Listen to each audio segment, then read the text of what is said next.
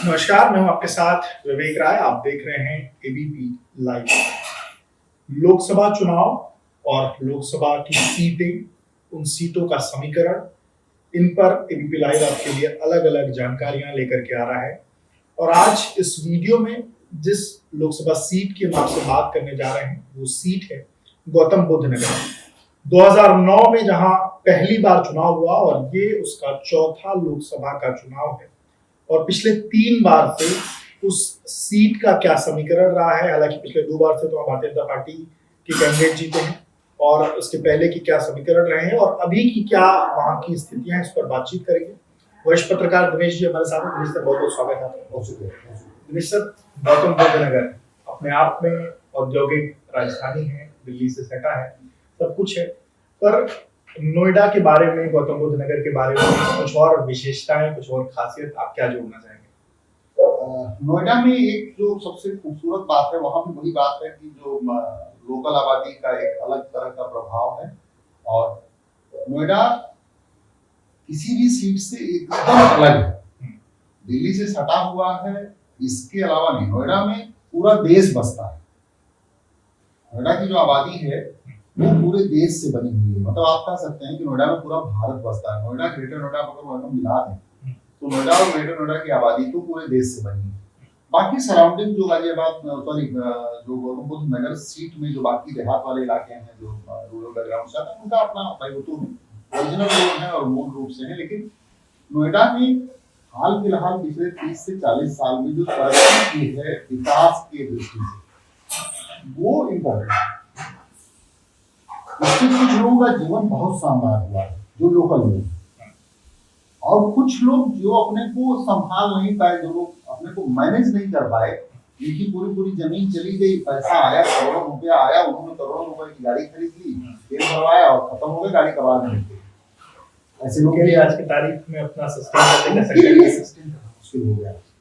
फिर अथॉरिटी ने बाद के दिनों में ऐसा प्लान किया कि जिनकी जमीन एक्वायर की उनको प्रॉपर्टी दी, अच्छा पैसे भी दिए और थोड़ा सा प्लाट उनको दे दिए। इस तरह से चीजों को मैनेज किया, तो वो एक बड़ी खूबसूरत बात है। तो उनके पास अर्निंग अभी भी बनी हुई है, जिनके घर शहर में आ गए हैं, टोटली एकदम नोएडा के बीचों बीच आके जो गांव बस रहे हैं।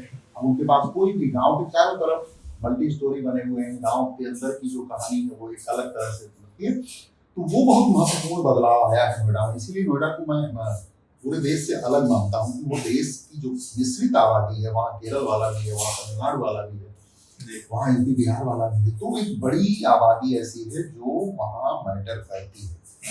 और वो जो खासतौर से उत्तर भारतीय जो है, ऐसा मुझे लगता है कि वो वोट में भागीदारी भी अलग तरीके से करते हैं, क्योंकि उनकी राजनीति में ज्यादा रुचि है, तो भागीदारी करते हैं और महत्वपूर्ण तरीके से करते हैं। जो इंडस्ट्रियल एरिया है, मतलब 3 पार्ट में मैं नोएडा को देखता हूँ। एक पार्ट वो है जो व्यापारी समुदाय, जिन्होंने फैक्ट्रियां लगाई हैं, उनके अपने प्लांट्स हैं। एक वो समुदाय है जो लोकल लोग हैं, हार्डकोर लोकल, और एक वो समुदाय जो नौकरी पेशा है, जिसकी आबादी भी ठीक ठाक संख्या में है। नौकरी पेशा को नोएडा के किसी भी गली नुक्कड़ पे मुझे बिल्कुल नहीं पता है कि उसका इलेक्शन से कोई मतलब नहीं है। वो सुबह 9 से 6 वाला है, 9 बजे दफ्तर पहुंच जाता है, 6 बजे लॉग आउट करता है और उसको फिर घर की याद आती है, वो घर आ जाता है। उसका चुनाव से कोई लेना देना नहीं हो सकता है। वो शायद वोट देने भी ना जाए, वोट देने न जाए। जो आईटी पार्क्स हैं, ऐसे आईटी पार्क्स वहाँ बने हुए हैं जो देखने में बिल्कुल सन्नाटे में, लेकिन जब सुबह शाम वहाँ आदमी घुसता है तो कई हजार आदमी उस पार्क में घुस जाता है, और शाम को जब निकलता है तो कई हजार आदमी उससे निकलता है। उसका राजनीति नहीं, भारतीय नहीं, किसी देश की राजनीति से उसका कोई मतलब नहीं है। वो केवल लैपटॉप खोलता है, अपने को लॉग इन करता है, लॉग आउट करता है और बाहर हो जाता है। उसकी दुनिया लैपटॉप और उसके घर के बीच में सिमटी हुई है। फर्क पड़ता है राजनीति पर उनके जो इंडस्ट्रियलिस्ट हैं, क्योंकि नोएडा तो खेतों का इलाका हुआ करता है, नोएडा तो क्रिएटेड है, तो उन लोगों पे असर है क्योंकि उनका बिजनेस से सीधा रिश्ता है।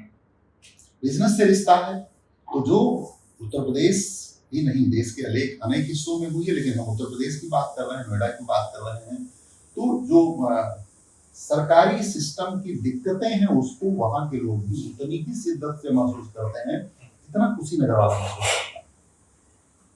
मतलब दिक्कतें एग्जिस्ट करती हैं, बस वहाँ एक अच्छी बात है कि भाई वहाँ नगर निगम टाइप का कोई कॉन्सेप्ट नहीं है, नगर पालिका टाइप का कोई कॉन्सेप्ट नहीं है। अथॉरिटी लेकिन है, अथॉरिटी वो सारी हरकतें करती है जो यहाँ नगर निगम करता है बाकी इलाकों में देश के राज्य के। तो वो अथॉरिटी की अपनी अलग मुश्किलात हैं जो अथॉरिटी वहाँ क्रिएट करती है। बड़ी संख्या में मतलब सैकड़ों लोग ऐसे हैं जो अपार्टमेंट बुक किए हैं और उसके पोजीशन नहीं मिल पा रहा है। कई लाख लोग हैं जिनको पोजीशन 7-7 साल 8-8 साल 9-9 साल से नहीं मिला। तो क्या ये सारे मुद्दे भी सर इस बार के चुनाव में नोएडा में कोई इम्पैक्ट रखते हैं? बहुत ज्यादा असर करेंगे मुझे शक है, क्योंकि वो रोजी रोजगार के चक्कर में आए लोग हैं, उनको तो फ्लैट मिल जाए यही बहुत है, या वो उम्मीदों से मिल जाएगा। चुनाव में क्या असर करेगा, लेकिन थोड़ा बड़ा तो इम्पैक्ट करेगा, क्योंकि कोई ऐसा नहीं वो आज आया है। ये जब से नोएडा का एस्टेब्लिशमेंट शुरू हुआ है 10-10 साल से लोग रह रहे हैं, रजिस्ट्री नहीं हुई है। मेरे जैसा आदमी समझ नहीं पा रहा है कि रजिस्ट्री तो सरकार को फायदा होना है। एक फ्लैट की रजिस्ट्री अगर हो जाएगी, मान लिया 1 करोड़ का फ्लैट है तो 5% 6% की रजिस्ट्री है, 7% की रजिस्ट्री है, तो 7 लाख रुपए गवर्नमेंट को मिलना। हजारों की संख्या में फ्लैट रजिस्ट्री के लिए लोग इंतजार कर रहे हैं, घर में रह रहे हैं, घर पुराने हो गए, पुताई हो गई, रिफर्निश हो गए, रजिस्ट्री नहीं हुई। तो अगर तुमको वही प्रॉपर्टी बेचनी है तो क्लास ये है कि बिक रहा है, बिना रजिस्ट्री के भी बिक रहा है। बिल्डर उसके लिए 3%, 4%, 5%, 6% तक बिल्डर लेता है। तब अगर विवेक से हमें कोई फ्लैट बाय करना है तो विवेक से मैं खरीदूंगा तो मैं बिल्डर को भी 4% 5% दूंगा, गवर्नमेंट को ना देकर के बिल्डर एक अपना माल कमाने का। तो फिर बिल्डर उसमें हमें उसका पोजीशन लेटर दे देता है, अलॉटमेंट लेटर दे देता है, कागजी कार्रवाई कर देता है और हम रहने लगते हैं। तो इससे गवर्नमेंट का रेवेन्यू लॉस हो रहा है। हो सकता है इसके पीछे कोई हिडन एजेंडा हो, गवर्नमेंट मशीनरी क्या कर रही है, कैसे कर रही है। कहा जाता है कि सब बिल्डर्स ने का पैसा बकाया अथॉरिटी पर, क्योंकि वहाँ 2 अथॉरिटी अभी फिलहाल 3 अथॉरिटी काम कर रही है, नोएडा, ग्रेटर नोएडा एंड यमुना। यमुना का काफी डेवलपमेंट फेज में है, लेकिन नोएडा ग्रेटर नोएडा तो बहुत बड़ी समस्या है। जिसने 1 करोड़ 1.5 करोड़ 2 करोड़ रुपया लगा दिया, इस समय अगर 3 BHK फ्लैट चाहिए आपको तो 1 करोड़ से कम में तो आप झांकने की सोचिए भी नहीं। दाम बहुत तेजी से बढ़ रहे हैं। लेकिन क्या भारतीय राजनीति में ये चीजें मैटर कर रही हैं, ये सवाल है। राजनीति पर आते हैं सर। बीजेपी ने जिनको अपना कैंडिडेट दिया, चलो बीजेपी की बात करते हैं, क्योंकि सिटिंग जो सांसद है महेश शर्मा, उनको वापस से बीजेपी ने उतारा है। तो महेश शर्मा चूंकि 2 बार ऑलरेडी सांसद रह चुके, तो एक्सेप्टेंस तो है ही उनकी। हालांकि सीट भी एक तरीके से बीजेपी को पिछले 2 चुनाव में हम वहां देख रहे हैं, पर क्या कोई एंटी इनकम्बेंसी जैसा वहां कोई फैक्टर आपको लगता है, दिखता है, या महेश शर्मा की एक्सेप्टेंस के बारे में आप क्या कहें? मुझे लगता है कि एंटी इनकम्बेंसी नोएडा में शायद बहुत लेस काम करेगी, अगर करेगी। इसलिए उसका कारण भी कोई हवा में नहीं है। वो कारण ये है कि जैसे मैंने कहा कि 3 तरह की आबादी वहां बसती है, तो जो वोट देने जाते ही नहीं, उन्हें कुछ चाहिए भी नहीं, उनका टैक्स तो उनकी कंपनी काट लेती, सैलरी से ही कट गया, जो उनके पास आ गया वो उनका, उनकी राजनीति में कोई रुचि नहीं ना वोट देने जाने में, हो सकता है उनका वोट भी नहीं। एक वर्ग ऐसा है जो व्यापार कर रहा है, तो व्यापार तो माना जाता है कि व्यापारी तो भारतीय जनता पार्टी को ही वोट करता है, ऐसा माना जाता है। सच क्या भगवान जाने। तीसरा वर्ग जो है उसके लिए पानी, बिजली, खड़ंजा, सड़क, वो उसके लिए मैटर करता है, जो लोकल आबादी है।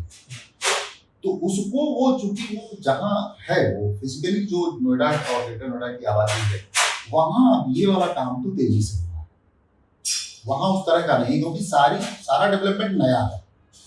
तो फिलहाल एंटी इनकम्बेंसी जैसा कोई फैक्टर नहीं है। फैक्टर वहाँ एंटी इनकम्बेंसी का मेरी समझ से नहीं आएगा अगर हम करप्शन को लेस कर रहे हैं। करप्शन है, करप्शन को करप्शन एक इशू बना करके क्या सपा, जिसने महेंद्र नागर को प्रत्याशी बनाया है, क्या महेंद्र नागर की एक्सेप्टेंस कैसे देखते हैं? महेंद्र नागर लोकल है, बस इतनी ही एक्सेप्टेंस है कि वो लोकल है। तो महेश शर्मा भी विदेशी नहीं रहे। महेश शर्मा बहुत शानदार अस्पतालों की चेन चलाते हैं जी, और हालांकि उनका भी अस्पताल कारपोरेट ही है, कारपोरेट अस्पताल की तरह ही चलता है, लेकिन महेश शर्मा की सर्वसुलभ उपलब्धता ये इम्पोर्टेंट है, वो सहज उपलब्ध है लोगों के लिए।